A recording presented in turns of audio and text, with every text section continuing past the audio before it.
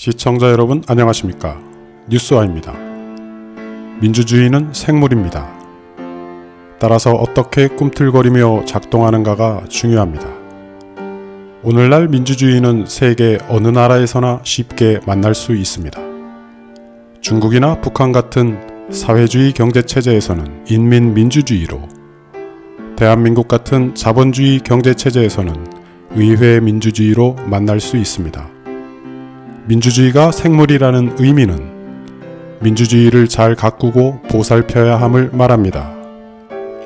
존재한다고 해서 가만히 내버려두면 계속 성장하는 게 아니라는 점입니다.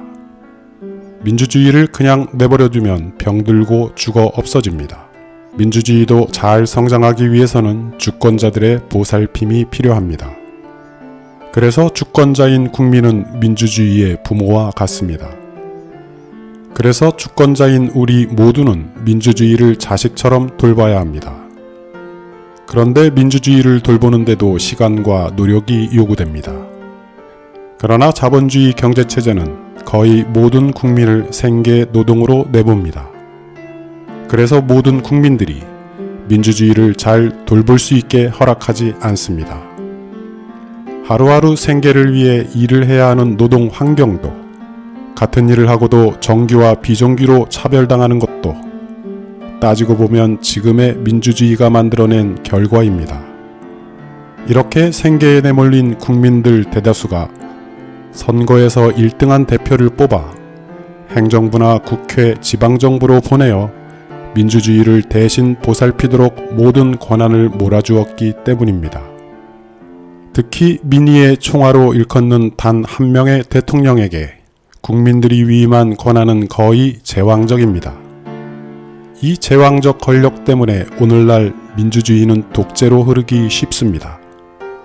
어느 날 선거에서 0.73%로 승리한 1등이 민주주의라는 아이를 학대하기 시작합니다. 청년기가 넘어 1987년 이후 36살이 된 민주주의를 무시하고 전응하 취급합니다. 민주주의가 성장해온 역사를 인정하지 않고 지난 6월 10일에는 생일도 무시해버립니다. 국민들은 아차 싶습니다. 민주주의란 자식을 대신 잘 키워달라고 선거라는 게임의 규칙에 따라 대통령으로 인정하였는데 알고 보니 민주주의를 보살피지도 않고 오히려 학대하는 것입니다. 0.73% 차이로 승리했어도 국민 전체가 그를 대통령으로 인정해주는 규칙은 헌법이라는 국민 공통의 규범을 우리 국민들이 인정하고 따르기 때문입니다. 그런데 이 대통령은 이 공통 규범조차 무시합니다. 자칭 법률가 출신이라는 말이 무색할 정도입니다. 그러면서 자신은 민주적 절차로 당선된 자라고 합니다. 그러면서 주권자에게는 법치를 강조합니다. 지난 1년이 넘도록 국민은 그 거짓과 위선의 치를 떨고 있습니다. 민주주의는 이렇게 허술한 제도입니다. 허술한 제도의 약점을 악용하는 대통령이 탄생하면 민주주의는 숨을 못 쉬고 심장이 멈춥니다.